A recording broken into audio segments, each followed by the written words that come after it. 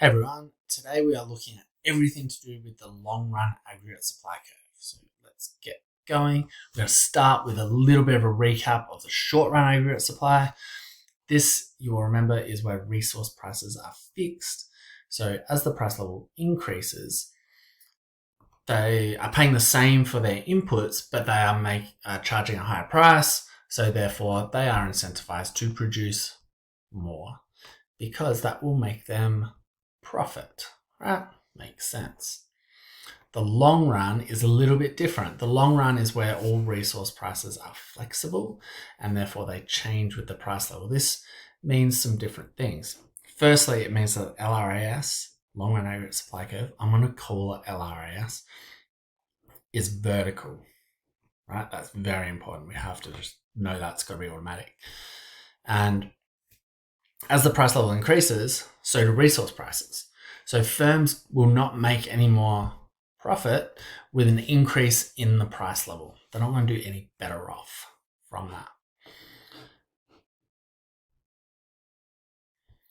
And what the LRAS shows is the relationship between price levels and real GDP when resource prices are variable. Now, some of the language here at the start of this video is quite technical.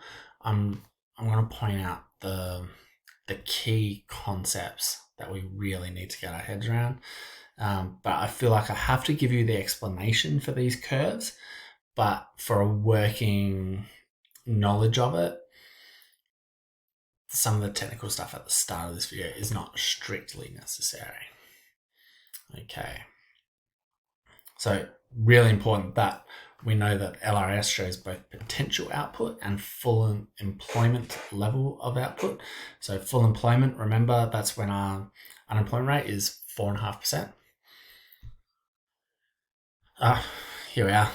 Potential output is the highest level of production that does not accelerate inflation. So it's what we can sustainably produce. It's the most we can sustainably produce, right? And full employment, lowest level of unemployment that does not accelerate inflation. That's our 4.5% unemployment rate.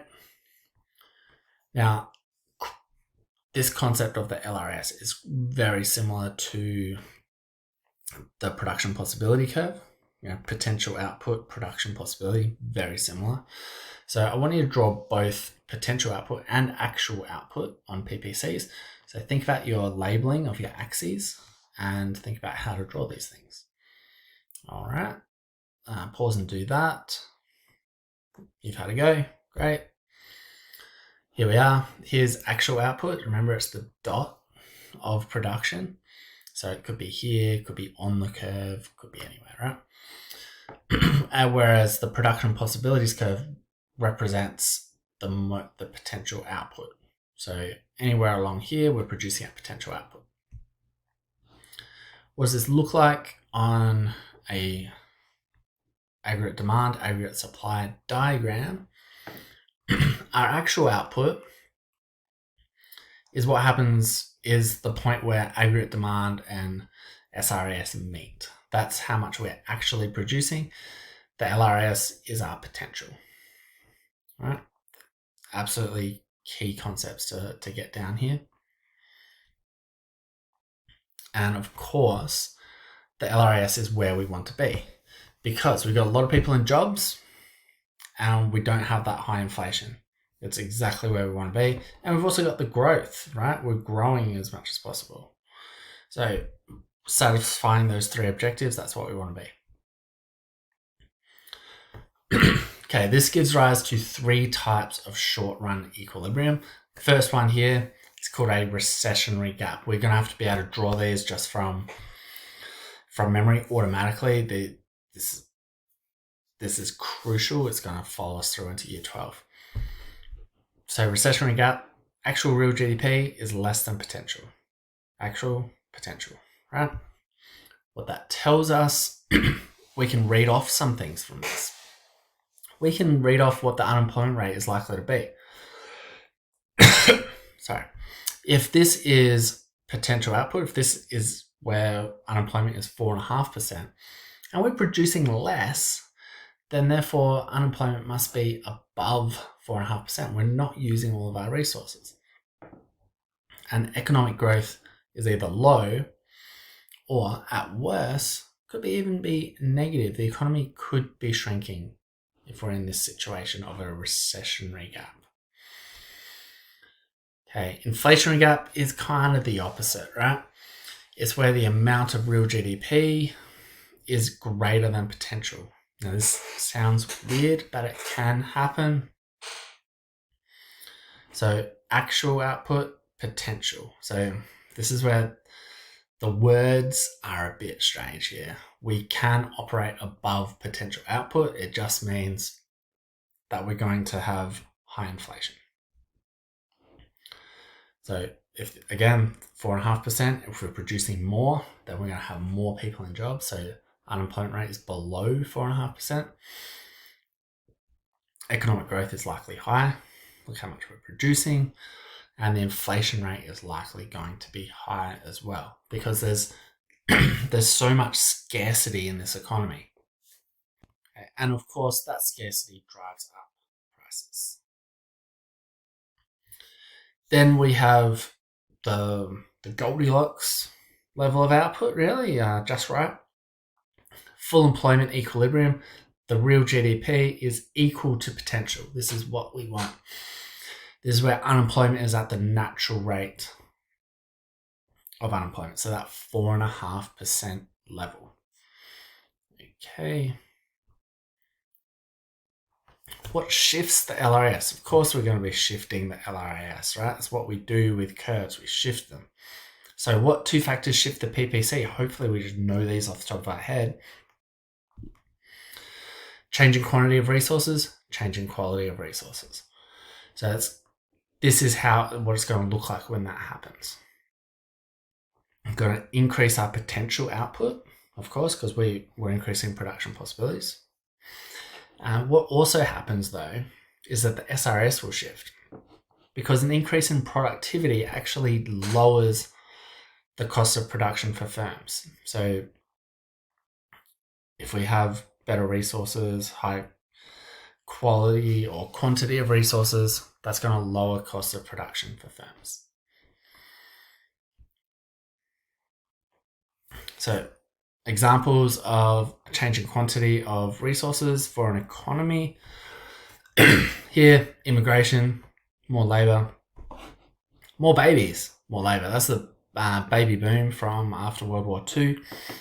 Finding new resources like oil, for example. They are all going to cause this kind of shift. Okay, it's quite unlikely, or it's less likely that we shift the other way. Most of our shifts of LRS are going to be to the right.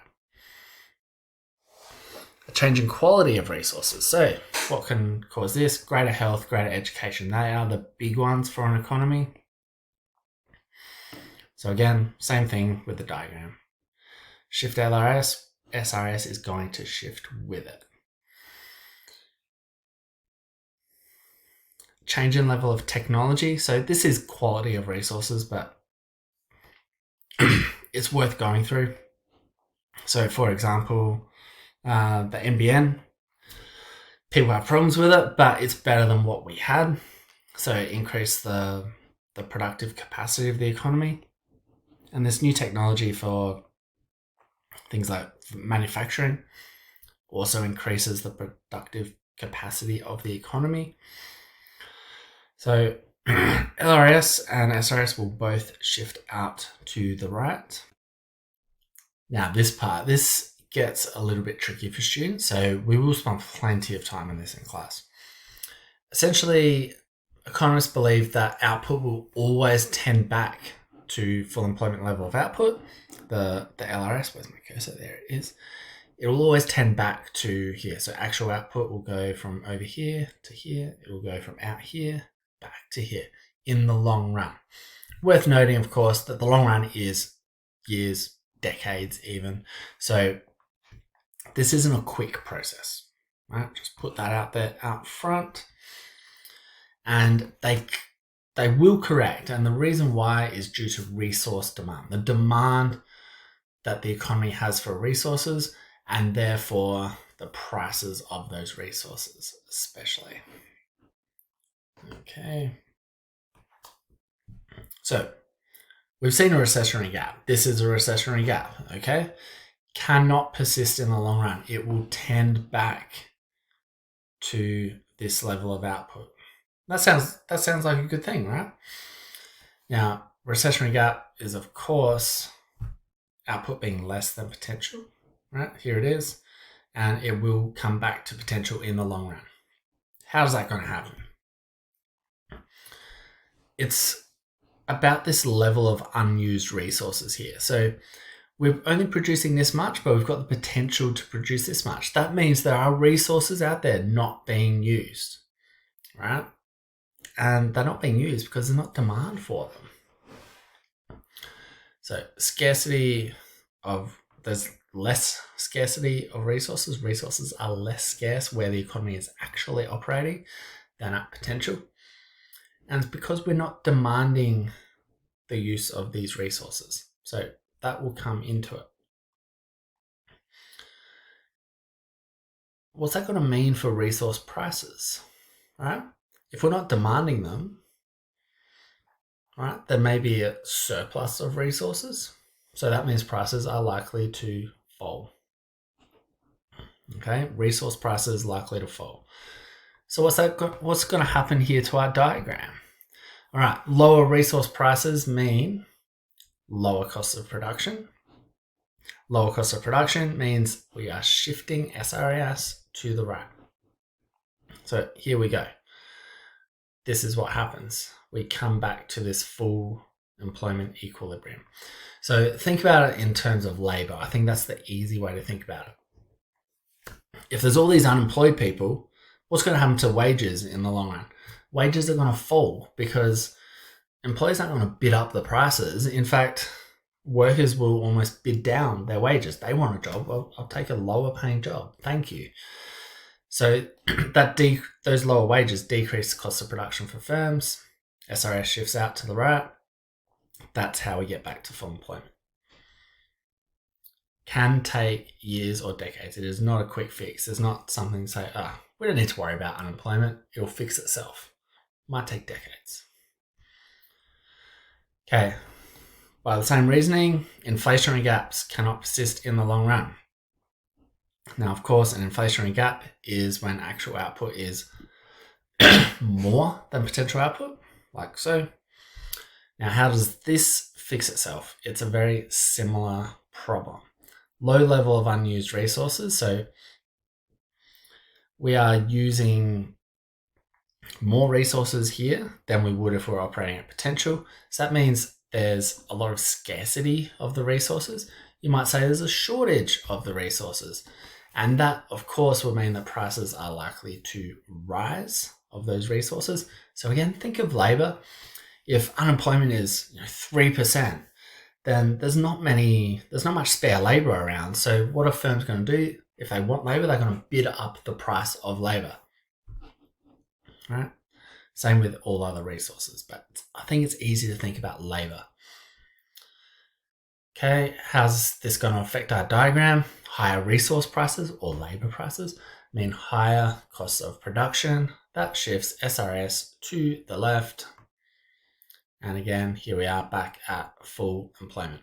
Again, process can take years or decades. Not a quick fix, but we need to have a working understanding of this process. All right. That's what we need to know about the long run aggregate supply curve. So we'll work through some things in class. Thank you.